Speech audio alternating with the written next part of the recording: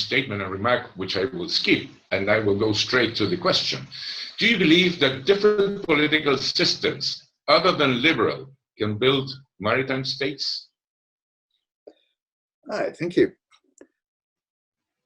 There's a very interesting passage in Mahan's great book, Influence of the Sea Power Upon History, the opening 90-odd pages, where he talks about the constituent elements of being a sea power.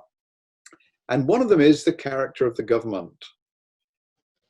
Mahan was not convinced that democracies would be able to sustain the investment in cost and resource terms to maintain first-class navies. He was referring to his own country, but of course, he wasn't referring to a sea power state.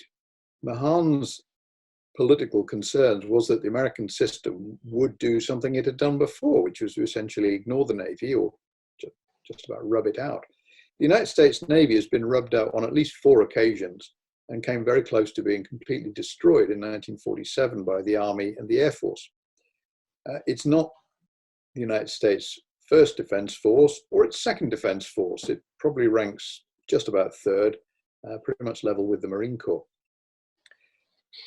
So American politics is not particularly well suited to supporting a very large Navy because it's not their primary security instrument. The contrast for Britain is that the Navy is very much the senior service and has been for the last 400 years, the same in countries like Holland. So again, there is a connection between inclusive government. It doesn't have to be democratic in the sense that we understand that today, but it certainly has to include and give political authority to the people who depend on the sea. And those are particularly traders, merchants, import-export, capitalists. So the creation of the great English-British sea power state, it's all about getting the City of London to back the project.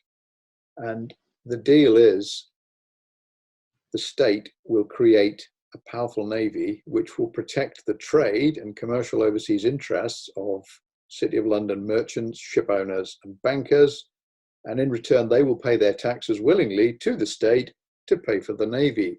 And it's a perfectly virtuous circular process. It works in inclusive political systems, not in autocratic political systems. Autocratic nations have created many large navies, but they have never sustained them. So if we look at the 20th century, the first great new navy of the 20th century, Imperial Germany, 1918, disappeared. Imperial Japan created a very large navy, 1945, disappeared. Russia has created endless large navies and they've all disappeared. The current one is mouldering away somewhere up in the Northern Ocean and it's been reduced to a few patrol boats and some nuclear submarines, which have nothing to do with using the sea. They are ballistic missile submarines and the nuclear submarines that protect them. They're part of Russia's strategic deterrent. They are not a maritime asset. So some form of progressive liberal government is essential to sustain the project. So vanity project, Peter the Great builds a huge navy.